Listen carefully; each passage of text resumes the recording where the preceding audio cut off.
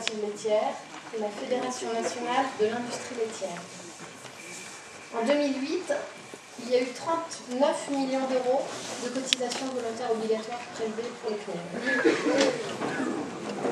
Le rapport de la Cour des comptes de 2007 nous apprenait qu'en 2004, le CNEL et ses filiales avaient accumulé 40 millions d'euros de réserves et 28 millions d'euros de trésorerie. Ce qui a permis, sur la période 2002-2004, mais ça doit certainement continuer, mais on n'a plus les chiffres, à chaque membre, donc les trois que je vous ai cités, de recevoir une indemnité annuelle moyenne de 296 000 euros au titre de leur participation à l'interprofession. Aujourd'hui, il y a un bureau exécutif avec 7 représentants qui sont également de 7 pays différents. Alors, dont font partie, bien sûr, le président Romuald Schaber de ma gauche et Jean-Louis Navot également de ma gauche, qui sont les représentants pour l'Allemagne et la France. Après, on a également dans le bureau exécutif alors le Danemark, l'Italie, l'Autriche, les Pays-Bas et la Suisse. Et de la part de la vice-présidente Sita van Keimpema, elle est des Pays-Bas, je dois vous passer une salutation cordiale. Elle aurait voulu venir avec beaucoup de plaisir, mais elle a eu une réunion au niveau politique aux Pays-Bas, c'est pour ça qu'elle n'a pas pu venir. Mais elle m'a dit de transmettre son espoir qu'il y aura un mouvement de producteurs de lait fort en France et que vous allez être nombreux à participer aux actions qu'on va faire le 29 d'avril, alors dans quelques semaines déjà, le même jour partout en Europe. Je m'excuse, il faut que je note parfois pour ne pas oublier des choses.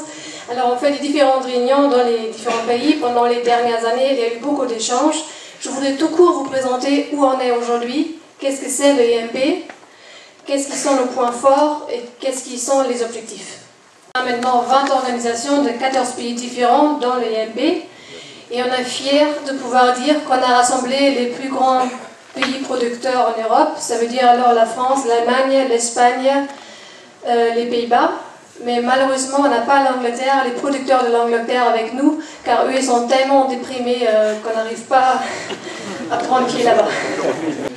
Partout, en total, on peut dire qu'on a 100 000 producteurs de lait en Europe dans l'IMP.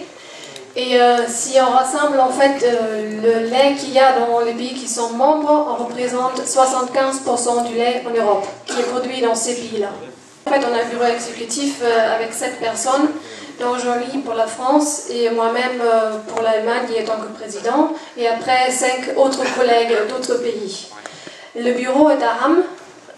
Et moi, je fais la gestion pour l'IMB.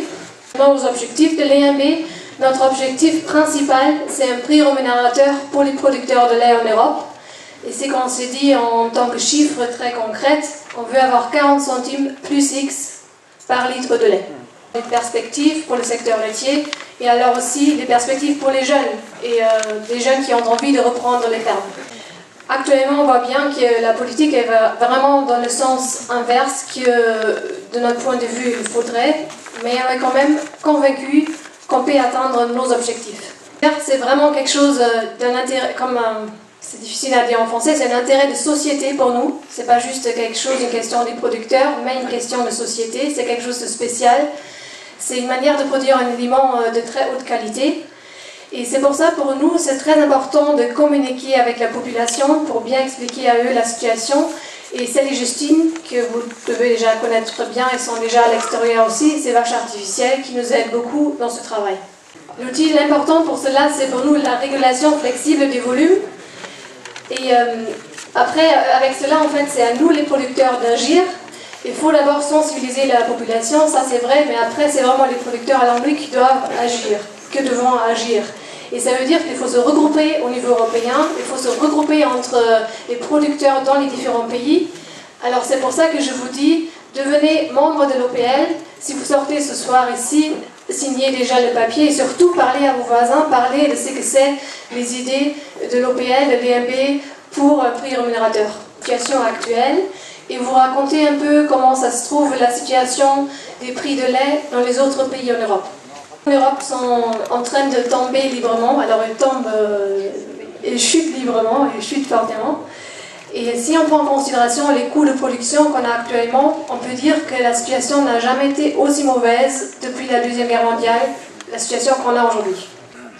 Il y a des pays où les producteurs ne reçoivent même plus 20 centimes par litre de lait, et cela c'est même pas un prix de base, mais c'est un prix qui inclut tout.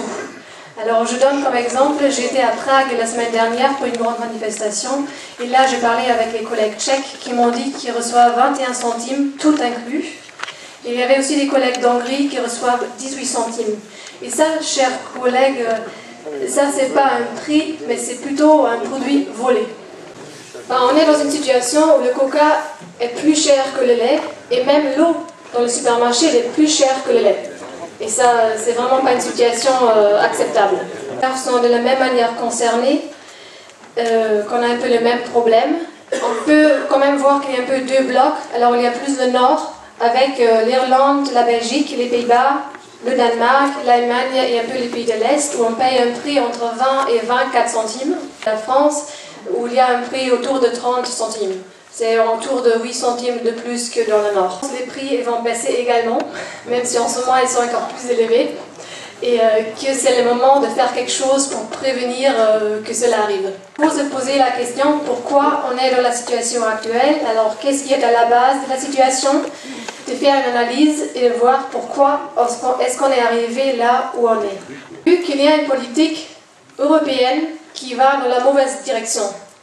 Mais il faut savoir que cela ne s'est pas passé par hasard ou par accident, mais que ça a été préparé à la longue durée et que maintenant on réalise ce qu'on a préparé et ce qu'on a planifié.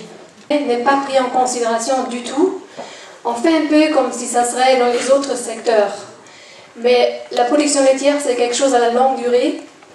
Il faut avoir des investissements qui vont dans des années à l'avance. Ça veut dire qu'on fait des investissements pour 20 ans et on ne peut pas dire demain, alors bon, on va faire autre chose et puis on reprend.